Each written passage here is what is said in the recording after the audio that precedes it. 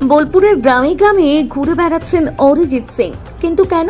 অরিজিৎ সিং আজকাল সকলেরই প্রিয় গায়ক হিসেবে পরিচিত। তিনি শুধুই তার যে গানের গলা অনবদ্য সেটা কিন্তু নয়, এর পাশাপাশি তার স্বভাব চরিত্র আর পাঁচটা সাধারণ মানুষের থেকে কোনো অংশে কম কিছু নয়। নিয়ম করে রাস্তায় হেঁটে পরিবার নিয়ে ঘুরতে বের হন, আবার কোনো বাড়ির কাজে গেলে চার চাকা নয় বরং নিজের স্কুটি চালিয়ে যেতে বেশি পছন্দ করেন। সেই কারণেই সবসময় খবরের শিরোনামে হোক অথবা সোশ্যাল মিডিয়ার চর্চায় থাকেন ইউথ আইকন সুরকার অরিজিৎ সিং। আর এই অরিজিৎ সিংকে এবার দেখা গেল লালমাটি শহর বোলপুর শান্তিনিকেতনে। আজ হঠাৎ বিকেল 5টা নাগাদ মাথায় কালো টুপি পরে অরিজিৎ সিংকে দেখা যায়।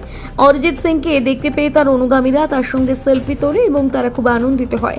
অরিজিৎ সিং এর ঘনিষ্ঠ সূত্রে খবর, তিনি বোলপুরের একটি বেসরকারি রিসর্টে রয়েছেন তার মুম্বাই টিমের সঙ্গে। তবে তিনি কোনো কারণে বোলপুর শান্তিনিকেতনে এসেছেন এই বিষয়ে অরিজিৎ সিং এবং তার টিম কোনোভাবেই কোনো কিছু খোলসা করতে নারাজ।